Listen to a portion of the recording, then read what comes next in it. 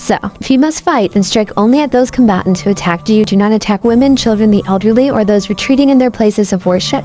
Do not cut down trees or kill animals. Fighting against aggressors is allowed regardless of their faith. Fighting innocents is prohibited regardless of their faith. Quran makes it clear that men and women are equal before God and before the law. If there are any abuses against women that are cultural practices in Muslim countries, they contradict Islamic teachings. Islam guarantees the freedom of non-Muslims to practice their faith as well as protection for their places of worship. The Prophet said, "Whoever harms a non-Muslim under the protection of Islam, I shall be their opponent on Judgment Day, and they will not even smell paradise." Quran teaches 3 types of brotherhood. You have your brotherhood in humanity, all humans being equal. You have your biological brotherhood, your siblings. And you have your brotherhood in faith, your fellow Muslims. Judgment Day arrives, and you have a seedling in your hand, plant it regardless. And don't waste water even if you live by the river.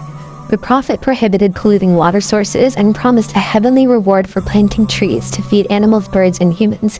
He taught that a good deed done to an animal is like a good deed done to a human being. The Prophet prohibited the use of live birds and animals for target, the killing of animals for sport, slaughtering an animal in front of another animal, and forbade overburdening animals and underfeeding. Best among their believers are those who are best to their wives, and that paradise lies under the feet of her mother.